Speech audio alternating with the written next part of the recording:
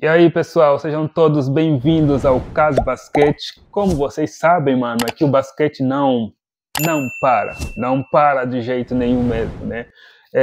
Estamos aqui mais uma vez para a gente falar sobre o jogo 3. O jogo 3, mano. Olha, o jogo 3 até não foi aquele jogo tão emotivo, sabe? Aquele jogo tão uau, espetacular e tudo mais. Foi mais um jogo tático, sabe? Foi mais um jogo de, enfim, orquestrar jogadas, estratégias, né? Foi um jogo em que o Rick Carlisle realmente mostrou que é um grande técnico. Por quê? Vocês lembram daquele vídeo que eu postei aqui horas antes do jogo, que falava sobre as 5 estratégias, né, que o Rick Carlisle poderia trazer, né, no jogo 3 para vencer o jogo? Pois é, dessas 5 estratégias, ele aplicou algumas. Eu vou mostrar para vocês aqui. Aliás, foram essas estratégias que determinaram realmente o fim do jogo, né? A vitória para o Indiana Pacers, né? E do lado do OKC, mano, o OKC permitiu algumas coisas, sendo delas duas coisas que o OKC permitiu que me deixou de boca aberta. Daqui a pouco eu vou falar sobre isso. O OKC não pode cometer esses dois erros no jogo 4, se quiser vencer e igualar a série. Porque se o OKC perder o jogo 4, vai estar 3-1 para o Indiana Pacers. O Indiana Pacers vai estar a uma vitória, a um joguinho de selar essa série e ser campeão. Isso mesmo, o OKC não pode bobear no próximo jogo. Isso mesmo.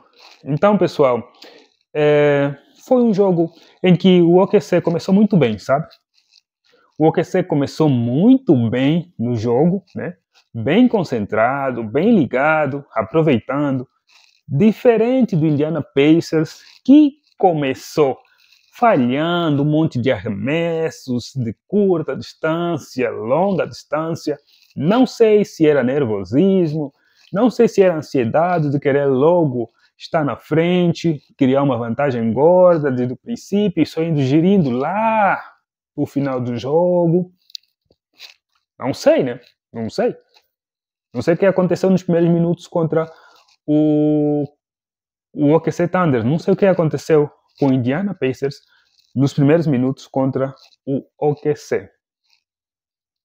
Não sei, né? Mas, enfim, o conjunto do OKC estava muito bem, né? O Indiana Pacers estava tentando entrar no jogo. Pascal Siakam carregando logo no princípio com 6 pontos já, né? Era o único cara que se sapava ainda no primeiro período, carregando a equipe. Haliburton, não sei se estava sentindo a lesão, porque o cara estava em dúvida para permanecer em quadra neste jogo 3, não sei. Mas, enfim, o Haliburton é um cara muito subestimado, sabe? É um cara muito subestimado, mas, enfim, ele resolve, né? A maior parte tem jogos que ele foge, tipo o jogo 2 ele fugiu, mas o jogo 3 ele apareceu, resolveu aí com sangue nos olhos, as bolas de 3 começaram a cair, houve um momento que quando ele matou aquela bolinha de 3, o cara vibrando no som doves, né, da transmissão, né, da NBA, o cara vibrando tipo, yes! Finalmente a bola caiu! Finalmente meus arremessos estão caindo! Yeah! Enfim, tipo, foi fantástico, né? Deu para sentir ele botando toda a raiva para fora, né? Foi mais o lado emocional do cara, sabe? É o seguinte, ganhou, venceu a equipe que impôs o seu ritmo no jogo, né? Indiana Pacers foi mais Indiana Pacers e realmente trouxe a sua identidade para a quadra. Mas houve um fator muito importante para o Indiana Pacers conseguir impor o seu jeito Indiana Pacers de jogar. Vocês se lembram? Não? É um cara que veio do banco, um cara baixinho, né? Não é atlético, mas o cara doou em quadra tudo que tinha naqueles poucos minutos em que estava em quadra. Até o pai dele estava lá. Até o pai dele estava lá no jogo acompanhando. E o pai, né, como qualquer pai, estava vibrando a cada conquista do filho, né? Eu estou falando do T.J. McConnell.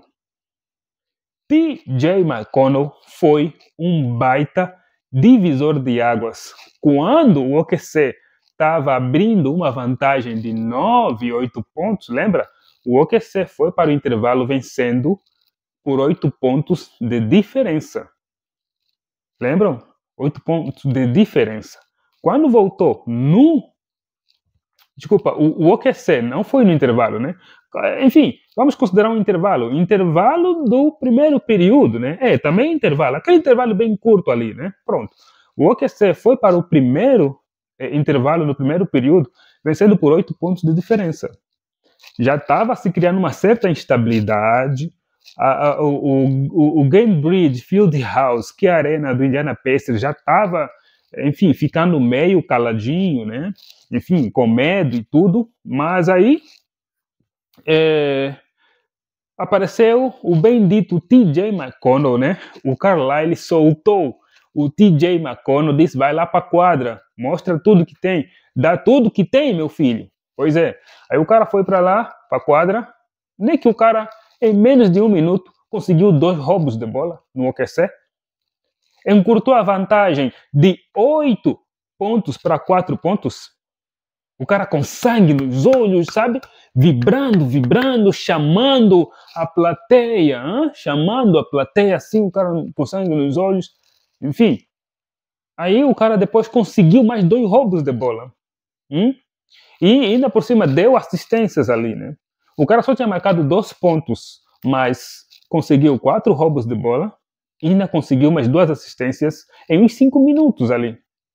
E o cara conseguiu trazer o Pacers para o jogo. O cara foi o principal,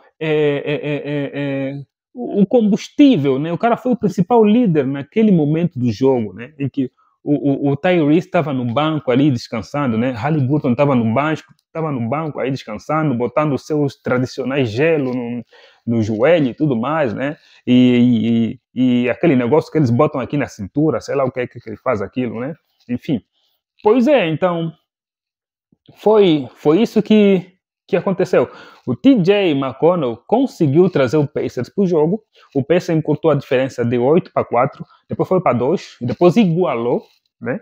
Foi o primeiro empate no jogo, né? E depois passou. A partir dali, o Pacers já era outra equipa, já era outro time, né? Ali a energia do ginásio também mudou consideravelmente, né? Mudou muito, mas muito mesmo. A energia veio, aquela arena é considerada como uma das arenas mais barulhentas da NBA. E aquele todo barulho, enfim, surgiu de repente, né?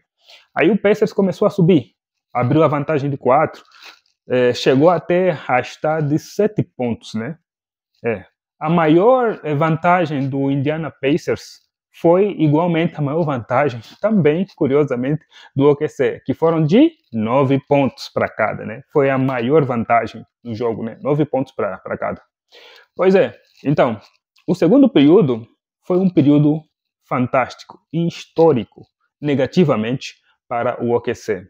O OKC sofreu 40 pontos, mano.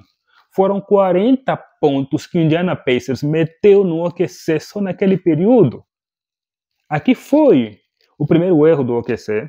Aqui foi uma das permissões que o OKC não pode voltar a permitir no jogo 4, se quiser vencer, virar série ainda. Não pode permitir tomar 40 pontos num período, né, em jogo de finais. O OKC vacilou muito. Não pode tomar 40 pontos o OKC, não pode. É a primeira vez, né, que eu vejo, uma das raríssimas vezes que o OKC toma 40 pontos nesta temporada, tanto na temporada regular como na pós-temporada. Anota aí. Primeiro erro que o OKC permitiu rumo à sua perda do jogo, né? Rumo ao seu fracasso nesse jogo, né? Pois é. Ali foi para o intervalo perdendo de 4 pontos, né? 64 a 60, ok. No terceiro período, aí o OKC veio bem, aplicou logo uma run de 8-0, virou de 60 para 68, deixou o Indiana Pacers para 64 pontos, passou na frente, abriu uma vantagem de 4 pontos. Bom, o Indiana Pacers também não se deixou levar, né? O Indiana Pacers estava falhando. Olha, o Indiana Pacers começou a segunda metade do jogo do jeito que começou o primeiro, sabe? Perdendo algumas bolinhas e também errando muitos arremessos, tanto de longa e curta distância. Mas depois, como é hábito, os caras começaram a entrar no jogo. Empataram o jogo, viraram, aí o OKC começou a dominar. Praticamente o OKC dominou todo o terceiro período com uma vantagem bem pouca. Já no quarto período, o OKC vacilou. Eu acho que faltou experiência, né? Faltou um pouco de organização. Os jogadores estavam meio nervosos, às vezes gritavam, né? Apelavam para o Daguenon tentar pedir uma disputa no lance, né? Uma revisão no lance e tudo mais. Daguenon às vezes é meio teimoso, também quer impor ordem aí no banco, né? No elenco. Enfim, foi isso que aconteceu, sabe? Temos que ver aqui alguns aspectos fundamentais neste jogo, né, que determinaram praticamente esse jogo, tanto para o lado do Indiana Pacers, tanto para o lado do OKC. Né? O lado do Indiana Pacers é o seguinte, lembram do vídeo que eu falei sobre os 5 ajustes que o Carlisle poderia fazer se quisesse vencer o jogo? Pronto, ele fez alguns ajustes. O primeiro ajuste que ele fez é trazer o Haliburton e o Pascal Siakam para o jogo, envolver eles dentro do jogo. Eles são muito bons em criar jogadas, para dar assistências, eles conseguem criar o seu próprio arremesso também, né? Eles conseguem partir para a tabela, então os caras se entregaram, se doaram, sem medo, eles conseguiram infiltrar mais no garrafão, né? Conseguiram dar mais assistências. Pascal Siakam saiu com 21 pontos, né? 6 rebotes ainda. O Haliburton saiu com 22 pontos, né? Quase um triplo-duplo que o cara conseguiu fazer, né? Deu 11 assistências e conseguiu 8 rebotes, né? Então, o cara foi bom no jogo, chamou a responsabilidade, o cara veio com sangue mesmo nos olhos, disse, hoje eu vou mostrar para todo mundo que eu não fugi naquele jogo 2, não fugi, eu estava machucado, eu não fugi. Pronto, o cara apareceu mesmo com sangue nos olhos e determinou o jogo. Então foi determinante, né? O primeiro ajuste que ele fez. O segundo ajuste que ele fez é o banco, mano. O banco, no jogo 2, o banco do Indiana Pacers não contribuiu do jeito que vem contribuído nas semifinais, né? E nas finais, praticamente, né? Na pós-temporada toda. Olha, a média de pontos, né? Que o banco de Indiana Pacers entrega na pós-temporada, praticamente, no final da temporada regular e na pós-temporada, é de 34 pontos, sabiam? E eles igualaram essa média no jogo passado. Eles entregaram 34 pontos no jogo passado, né? Ok. Só que, enfim, os titulares não conseguiam entregar o que tinham que entregar, beleza? Agora, neste jogo aqui, eles entregaram 48 pontos. Ou seja, o Rick Carlisle conseguiu fazer esse ajuste de fazer com que o banco contribuísse muito. E contribuiu com 48 pontos. Foi muito. O banco do OKC só entregou 18 pontos, mano. Olha a diferença dos bancos. OKC 18 pontos, Indiana Pacers 48 pontos. É um absurdo. Chegou um momento do jogo em que o banco do Indiana Pacers havia contribuído muito mais, né, que os 5 titulares do OKC. O Rick Carlisle conseguiu fazer isso, né? Esse ajuste aqui. O banco produziu bastante. E nestas séries, a contribuição do banco será crucial. O banco que conseguir trazer mais, contribuir mais, juntando com a contribuição de alguns jogadores, né, do elenco inicial, porque nem todos os 5 vão conseguir contribuir, né, mas às vezes 3 ou 2 conseguem contribuir muito mais. Então, juntando, somando tudo, mano, É o suficiente para você vencer o jogo, né? Outra coisa também, eles fizeram só 13 turnovers. 13 turnovers. O menor número de turnovers que eles já conseguiram durante os 3 jogos, né? Desses 3 jogos aqui que eles fizeram até agora, foram 13 turnovers só que eles fizeram neste jogo 3. O menor número de turnovers, praticamente, né? De perdas de bola. O menor número. Também conseguiram controlar a bola também. Outro ajuste que o Carlisle conseguiu trazer no jogo. Mostrou em termos práticos, né? Fizeram em termos práticos. Então, já vai somando. Contribuição dos principais jogadores, Haliburton, Pascal Siakam, contribuição do banco, cuidaram muito mais da bola, 13 turnovers só, né? Sabe quantos turnovers o OKC fez? 17 turnovers. Pela primeira vez na pós-temporada, o OKC faz mais turnovers que o seu adversário. Não só na pós-temporada, como também na temporada regular. Porque a média de turnovers por jogo do OKC é de 13 a 14. Mas dessa vez, eles se superaram, fizeram mais turnovers que o Indiana Pacers, que o seu adversário. Não é comum, é muito incomum. É isso que eu falei. As duas coisas, os dois erros que o OKC cometeu neste jogo foram permitir 40 pontos num quarto, né? Não defenderam do jeito que tinham que defender, estavam meio desorganizados. E também cometeram mais turnovers, como nunca cometeram nesta temporada. Geralmente são os seus adversários que cometem mais turnovers, né? Mas dessa vez eles cometeram mais turnovers. Então hoje foi o inverso nesse jogo, entendeu? E também nessa contribuição do banco, né, o Mathurin foi surreal, mano. O Mathurin conseguiu 27 pontos em 22 jogos. Parece que o cara escolhe jogo, né? Mathurin, eu acho que você ainda escolher jogo para jogar. Na série contra o New York Knicks, ele também escolheu um jogo na qual fez mais de 20 pontos. Dessa vez ele escolheu esse jogo 3 para fazer também mais de 20 pontos. Esse cara gosta de aparecer em alguns jogos, simplesmente. Porque na maior parte do jogo ele se torna discreto. Mas quando ele aparece naquele jogo, mano, esquece. A equipa dele vai vencer. Porque a contribuição que ele vai fazer é absurda. 27 pontos em